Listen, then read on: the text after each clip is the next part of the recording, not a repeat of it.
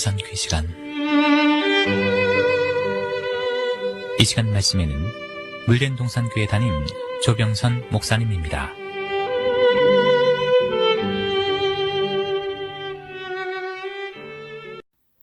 할렐루야, 평안하셨습니까?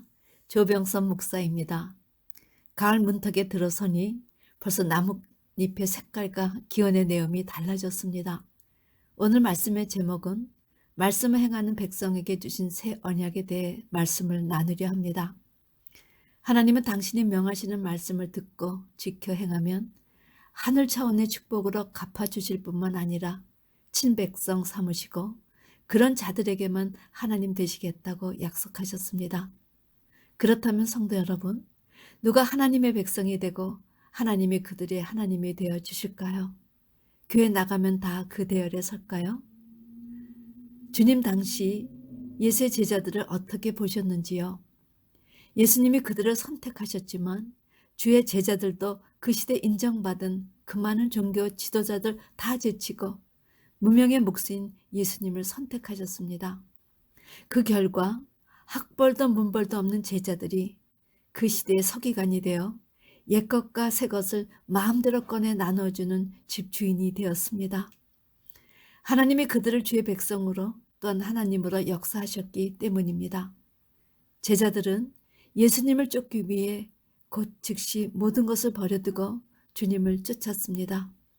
성도 여러분, 가족이 있는데 그 모든 것을 버리는 것 아무나 할 수 있는 일이 아닙니다. 그리고 그 당시 종교 지도자들이 주류인데 목수의 아들인 목수 예수를 쫓는 것도 그리 쉬운 일이 아니었습니다. 그런데 성경을 자세히 살펴보면 빛의 자녀들은 주님께서 부르실 때 속히 모든 것을 버리고 그분을 따르는 아름다운 특징을 가지고 있었습니다. 이런 빛의 자녀들에게 주님은 무엇으로 갚아주셨는지요? 주님은 아버지께 받은 말씀과 권세, 당신의 오른편 보좌들 모두를 남김없이 그들에게 유업으로 주셨습니다. 지난주도 말씀을 드렸지만 베네스다 연못에 앉아 천사가 오기를 기다렸던 38년 된 병자에게 예수님께서 물으셨던 것은 내가 낫고자 하느냐였습니다. 성도 여러분, 그가 그곳에 오랜 기간 있었다는 것 자체가 낫기를 원해서가 아니겠습니까? 그러나 주님은 분명하게 내가 낫고자 하느냐 물으심으로 그의 마음의 상태를 살피셨지요. 그런데 드디어 38년 된 병자가 자기의 의지를 동원했을 때 그는 곧 자리를 들고 걸어갈 수 있었습니다. 천사가 못으로 내려와 물을 동하게 하지 않아도 물이 동할 때 그를 얻고 못으로 데려다 줄 조력자가 없어도 그런 것들은 전혀 문제가 되지 않았다는 겁니다. 다만 이래서 안 되고 저래서 안 된다는 생각 자체에 묶여 자기 의지를 발동하지 않았기 때문이었습니다. 우리 모두 자신을 돌아볼 말씀이 아닐는지요. 누가복음 15장 탕자 비유에서 둘째 아들이 자기 분깃을 달라 하며 집을 나간다 했을 때 아버지는 말리지 않으셨습니다. 오히려 아들의 의지대로 분깃을 주어 나가게 하셨습니다. 그러나 그가 자신의 결정이 잘못되었음을 깨닫고 자기 의지로 하늘과 아버지께 죄를 지었다고 돌아왔을 때 아버지는 어떤 반응을 보이셨는지요? 아버지는 버선발로 말 어기까지 나가 아들을 영접해 주셨습니다. 돌아왔던 사실만으로 기뻐 자기 반지를 끼워주며 좋은 옷과 신을 신겨주며 돌아온 그 아들을 그렇게 기뻐하였던 것입니다.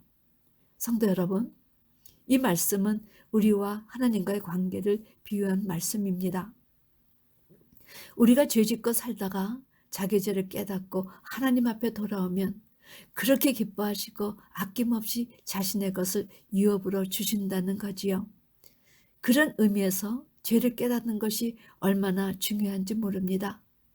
여기서 반지는 주님의 일을 계승하는 자로, 좋은 옷은 신랑 오실 때 준비해 입을 세마포 옷이요, 신은 복음의 신을 신고 아름다운 소식을 전하는 자를 가리키는 비유였습니다.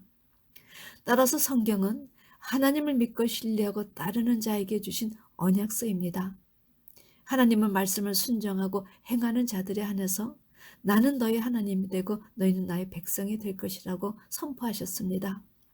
이것이 신구약이 제시하는 새 언약이지요. 그러므로 하나님은 하나님을 알 때 하나님으로 영화롭게도 아니하며 감사치도 아니하는 사람들은 그냥 내버려 두십니다. 하나님께서 주신 자유의지로 악한 것을 선택한 사람은 내버려 두시는 것이 하나님의 통치 방법이요. 그런 자들을 위해서 준비하신 것이 바로 유황 불못입니다. 사도 바울은 로마서 1장 24절에서 정욕을 자제하지 못해 그런 자는 더러움에 내어 버려 저희 몸을 서로 욕되게 하셨다. 욕심을 다스리지 않아 그냥 내어버려 두사 그릇 때문에 상당한 보응을 받게 하셨다. 하나님을 마음에 두기 싫어해 그 상실한 마음대로 내버려 두사 합당치 못한 일을 하게 하셨다. 성도 여러분, 우리의 신앙의 삶은 교회를 나가는 것으로 그치지 않습니다. 성경을 통해서 하나님의 교회를 어떻게 다스리시고 어떤 언약을 세우셨는지 바로 알아야 합니다. 하나님 나라의 새 언약이 존재하고 있음을 아셨는지요? 이 언약은 이제 교회만 왔다리 갔다리 하는 사람들은 내 백성이 아니다. 나는 이런 자들만 내 백성으로 친하고 이런 자들에게만 하나님 하시겠다 선포하신 것이 바로 새 언약의 내용입니다. 여러분은 여러분의 생각의 결과 어떤 삶을 살아오셨는지요? 나는 하나님의 새 언약 백성이다 말씀하실 수 있으신지요? 아니면 그런 언약이 있는지 모르고 신앙의 삶을 사셨는지요? 분명한 것은 하나님은 아무나 자기 백성을 삼고 싶지 않다고 이미 선포하셨다는 사실입니다. 계시록 3장 라오디게아 교회에게 주님은 볼지어다 내가 문 밖에 서서 두드리노니 누구든지 내 음성을 듣고 문을 열면 내가 그에게로 들어가 그로 더불어 먹고 그는 나로 더불어 먹으리라 이렇게 말씀하셨습니다. 전능하신 주님께서 문 밖에 서서 마음의 문을 두드리실 때 그 음성을 듣고 자신의 의지로 문을 열어 환영하는 자에게만 그들과 더불어 먹으리라 하신 겁니다. 하나님은 당신의 형상으로 인간을 창조하셨기 때문에 함부로 다루지 않으십니다. 우리의 생각과 의지를 존중하시며 우리의 선택대로 이루게 하시는 얼마나 인격적이고 품위 있는 존귀하신 하나님이신지요. 자, 그렇다면 영생은 어떤 자에게 주실까요? 하나님은 당신을 믿고 따르겠다고 자기 의지를 동원하는 자들에 한해 영생을 주시겠다고 약속하셨습니다. 그런데 오랜 신앙을 하면서도 영생을 어떻게 얻는지 구체적으로 아시는 분들이 그리 많지 않았습니다. 사도 요한은 영생을 어떻게 얻는가 3단계로 제시해 주셨지요. 얼마나 간단하게 이해가 되었는지요. 그래서 저는 요한복음을 영생장이라 이름을 지어보았습니다. 요한만큼 영생에 대해 자세히 기록한 자가 없었기 때문입니다. 자, 영생의 첫째 단계는 요한복음 3장 16절 말씀. 하나님이 세상을 이처럼 사랑하사 독생자를 주셨으니 이는 저를 믿는 자마다 멸망치 않고 영생을 얻게 하려 하심이니라. 성도 여러분, 예수란 이름은 자기 백성을 저주에서 구원하실 구원자란 의미입니다. 그러므로 우리가 예수님께 나아가 죄를 구하며 그 죄를 구원하실 자임을 믿는 것으로 영생은 출발합니다. 그런 의미에서 성경을 통해 자기가 어떤 죄를 지었나를 제대로 깨달아야 한다는 겁니다. 그런데 문제는 누가 그 죄에 대해 분명하게 가르쳐줄 수 있는가? 그런 목회자를 만나야 자신이 어떤 죄를 지었나를 주 앞에 나가 고백하지 않겠느냐는 거지요. 우리가 그동안 그 중요성을 놓친 단어가 있다면 그것은 바로 영접이란 단어였습니다. 그동안은 대체적으로 교회에 나가면 하나님의 자녀가 되고 죽으면 천국에 간다는 것이 교회의 불문율같이 이어져 왔습니다. 그러나 성경은 분명하게 4종류의 영접에 관해 제시하십니다. 첫 번째 영접은 성도가 첫째로 영접할 사람은 누구인가? 예수님인가? 예수 아닌 다른 이가 있는가? 성경은 예수 그 이름을 믿고 예수를 영접한 자에 한해서 하나님의 자녀가 되는 권세를 주시겠다고 말씀하셨습니다. 그런데 성도 여러분, 그 예수 이름의 의미를 알고 예수를 영접하기까지 누가 필요합니까? 죄가 무엇인지 예수가 누구신가를 올바로 가르쳐줄 주의 종을 먼저 만나야 합니다. 그런데 성경이 제시하는 그 수준의 주의 종을 영접하는 자가 또 얼마나 될는지요. 제가 영접 총론을 만든 것은 바로 이런 중요한 내용을 목회자들과 성도들에게 알리기 위함이었습니다. 우리 목회자들은 누구를 막론하고 하나님께서 택하여 보내신 주의 종에 해당되도록 준비해야 한다는 것입니다. 그런데 그것을 목회자가 몰라, 성도도 몰라. 그래서 주가 택하여 보내신 주의 종이 하나님 나라의 첫째 비밀로 계시록 1장에 기록되어 있습니다. 그 결과 성경이 제시하는 네 종의 영접 중 그동안 우리는 세 단계를 놓치고 예수님만 영접하면 되는 줄 아는 우를 범했다는 것입니다. 더욱 우리 목회자 자신도 자신이 성도가 영접해야 할 대상이 되어야 하는 것에 무관하여 자신이 심무하는 교인이 되면 만족했다는 사실입니다. 이런 모든 것이 우리가 영성에 대해서, 새 언약에 대해서, 영접에 대해서 제대로 알지 못하고 신앙의 삶을 살게 한 주범이 되었던 것입니다. 그러므로 성도가 첫째로 영접할 사람이 누구인가? 주님께서 처음으로 밝혀주셨지요. 내가 진실로 진실로 너에게 이르노니 나의 보낸 자를 영접하는 자는 나를 영접하는 것이요 나를 영접하는 자는 나를 보내신 이를 영접하는 것이니라.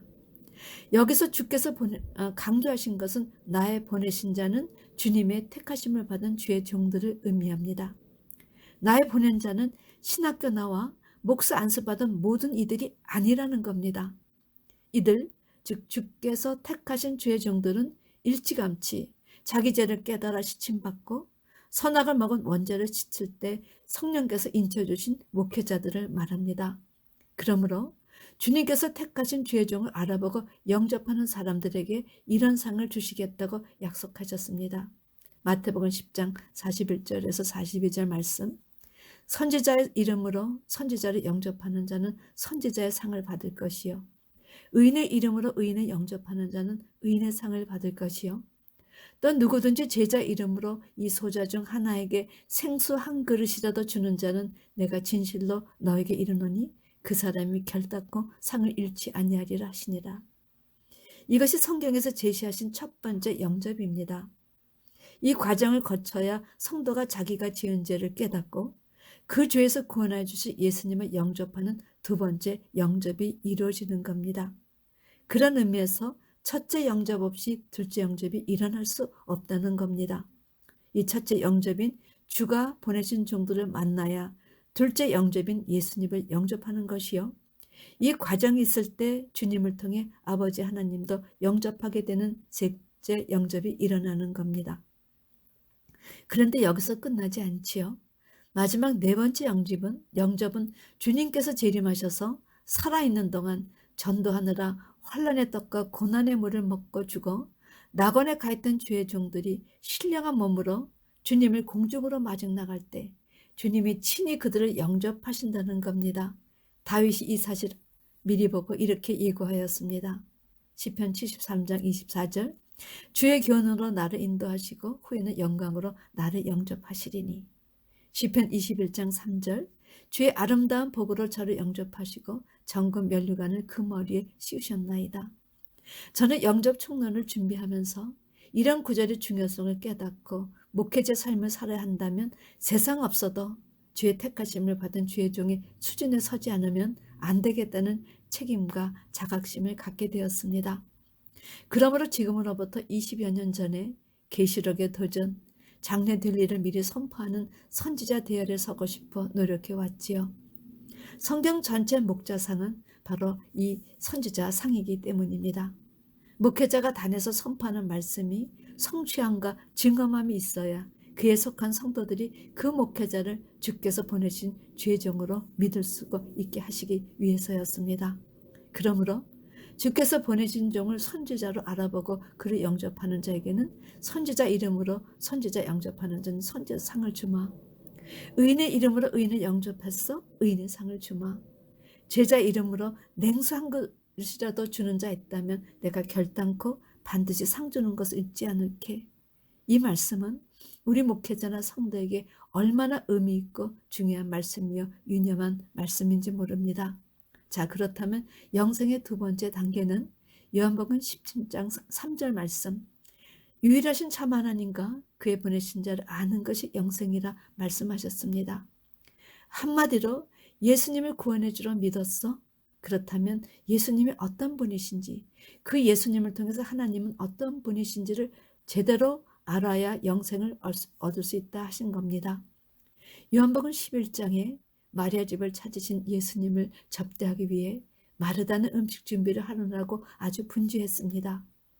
그런데 마땅히 도와야 할 동생 마리아는 예수님 발밑에서 말씀을 듣고 돕지를 않았지요. 마르다가 그만 화가 머리끝까지 나 주님께 가서 투덜댔습니다. 그때 주님께서 이렇게 마르다에게 말씀하셨습니다. 마르다야, 내가 많은 일로 염려하고 근심하나 그러나 몇 가지만 하든지 혹 한 가지만이라도 족하니라. 마리아는 좋은 것을 택하였으니 빼앗기지 아니하리라. 성도 여러분, 주님은 말씀을 듣는 것, 말씀을 통해서 주님과 하나님을 바로 아는 것, 이것 이상 좋은 선택이 없다 하셨습니다. 이런 신앙의 삶을 살 때 결단코 사단에게 빼앗기지 않는다 하셨지요. 에레미야 선지자는 지혜로운 자는 그 지혜를 자랑치 말라. 용사는 그 용맹을 자랑치 말라. 부자는 그 부함을 자랑치 말라. 자랑하는 자는 이것으로 자랑할지니 곧 명철한 나를 아는 것과 나 여호와는 인애와 공평과 정직을 땅에 행하는 자인 줄 깨닫는 것이라. 나는 이 일을 기뻐하노라 여호와의 말이니라. 여러분은 어떤 것을 택하셨는지요? 하나님은 당신을 아는 것을 가장 기뻐하신다는 사실을 믿으십니까?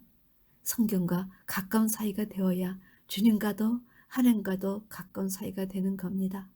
자, 세 번째, 영생의 마지막 세 번째 단계는 나는 그의 명령이 영생인 줄 아노라. 요한복음 12장 50절 말씀입니다. 이는 죽기까지 하나님 말씀에 순종하신 주님을 본받는 자들은 영생을 얻을 것을 의미하신 말씀이지요. 이렇게 영생은 첫째 믿음으로 출발해서, 둘째 주님이 어떤 분이신가를 알고 그를 통해 하나님을 더 알아가며, 셋째 그 명령을 지키는 자들에게 하늘에서 예비하신 모든 축복과 함께 영생이 있다 하신 것입니다. 그런데 성도 여러분, 예수를 믿는다고 하면서도 성경이 제시하시는 죄를 모르시는 분이 얼마나 많은지요. 어떤 분은 자신을 하나님의 자녀라 착각하여 전능하신 하나님이 자기를 위해 무엇인가를 해주실 거야 라는 막연한 기대를 하는 분들도 계십니다. 그러나 하나님은 우리의 의지를 초월하시지 않습니다. 그러므로 새 언약을 이제부터 마음에 품으시기를 바랍니다. 내가 이스라엘 집에 세울 언약은 이러하니라. 그건 내가 나의 법을 그들의 속에 두고 그 마음에 기록하며 나는 그들의 하나님이 되고 그들은 내 백성이 될 것이라. 성도 여러분, 이 말씀은 바로 당신을 따르는 자들에 대한 하나님의 의지이십니다. 야고보는 4장 8절에서 너희는 하나님을 가까이 하라 그리하면 너희를 가까이 하신다고 선포했습니다. 이는 성경 전체가 하나님은 우리의 의지를 존중하고 말씀에 반응하시기를 기다리신다는 사실을 드러내 주신 것입니다. 다음 시간에는 모든 것을 버리면 좋은 것을 주무하셨던 그 좋은 것의 내용에 대해 간증을 드리려 합니다. 부디 지금 이후로부터의 영생의 세 단계를 실천하셔서 영생을 예비할 뿐만 아니라 하나님께서 기뻐하시는 친백성의 대열에 오르시길 주님의 이름으로 축원합니다. 아멘.